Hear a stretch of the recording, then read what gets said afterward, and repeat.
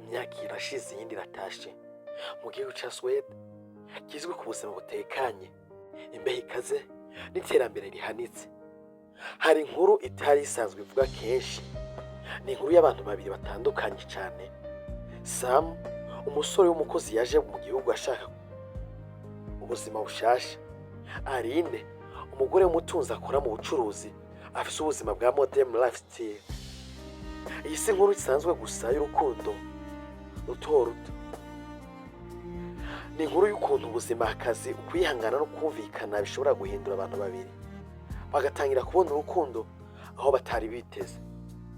Sam yageze muri Swede afite inzozi zo gushaka amafaranga ndetse n'ubuzima, gufasha umuryango wiwe no kwiyubaka mu gihugu gishasha.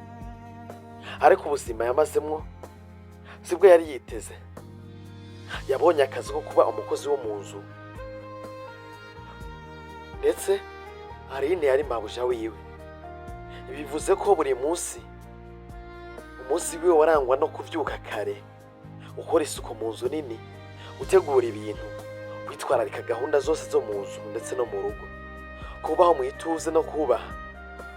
Samu ntiyari umuntu w'amajambo menshi, ariko yari umuntu w'akazi, ukwihangana, ukubaha. Aline, umugore w'imyaka 28, akora mu bucuruzi n'amasosiyete.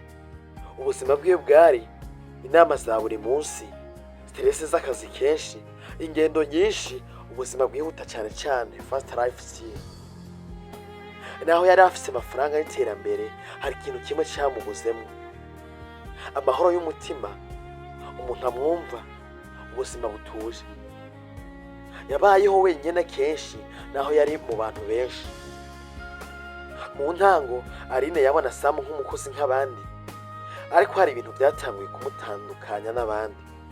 Sam akora neza atagenzurwa, afata ibintu nk'ivyiwiwe akabikora neza, afise discipline idasanzwe, yubaha kandi atuje. Aline yatanguye kubona ko Sam atandukanye.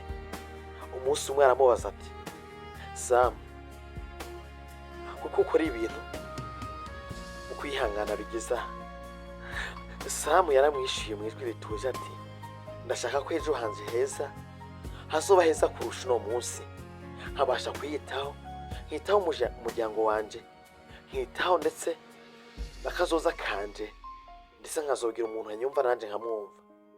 Aya majambo mato niyo yatanguye guhindura ibintu hagati yabo. Buhoro buhoro batanguye kuvugana kenshi, batanguye kuganira atari nk'umukozi n'amabuja gusa, batanguye gusangira ibitekerezo by'ubuzima. Aline yatanguye kwiyumvira kurusha uko yatekereza. Sam nawe yatanguye kubona ko Aline ari boss gusa, ahubwo ari umuntu w'umutima woroshe inyuma y'akazi kenshi. Ivyo vyatanguye kubahindura ubuzima bisanga handi hantu. Uwo kwibaza ati vyagenze ute? Umunsi umwe Aline yaragwaye cyane kubera stress n'imbeho.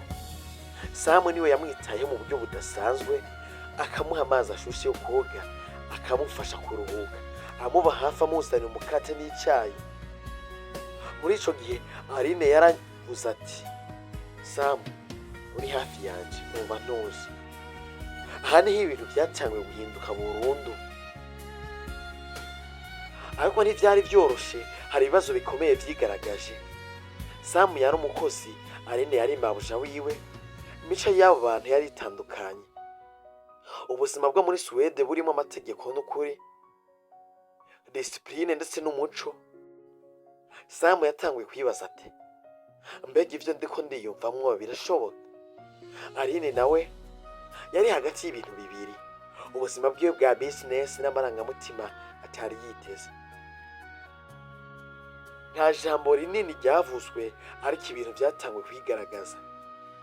Baratanguye kwitwararika umwe n'uwundi, baratanguye kumarana igihe, baratanguye kwizerana. Urukundo rwabo ntirwari rushingiye ku majambo gusa menshi, ahubwo rwari rushingiye ku bikorwa. Muri Swede abantu baha agaciro privacy, respect, equality, calm lifestyle. Ivyo byafashije Sam na Aline kutihutira ibintu byabo kubigaragaza. kubaka icyizere buhoro buhoro, kubaka ubucuti imbere y'urukundo. Uko iminsi yagiye irashira, Samu yatanguye kwiyumvamwo Aline cyane. Aline yatanguye kubona Samu nk'umuntu w'ingenzi mu buzima bwiwe. Batanguye kubona ko ubuzima bwabo bufise aho buhuriye, ariko baracari mu gihe cyo kwiyumva ndetse no kwiyumvirana. Inkuru ya Samu na Aline twigisha ibintu bikomeye. Urukundo rushobora kuvuka aho rutari rwitezwe. Ntirusaba gusa amarangamutima, rusaba kwihangana, rusaba kubahana hagati y'abantu batandukanye.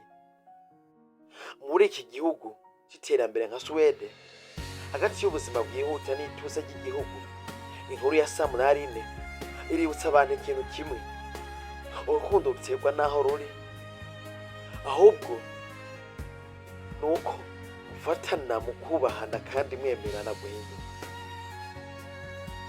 Samu na Aline berekanye ko abantu batandukanye bashobora kwegerana, na cyane cyane ko umwe yari umukozi undi ari boss lady.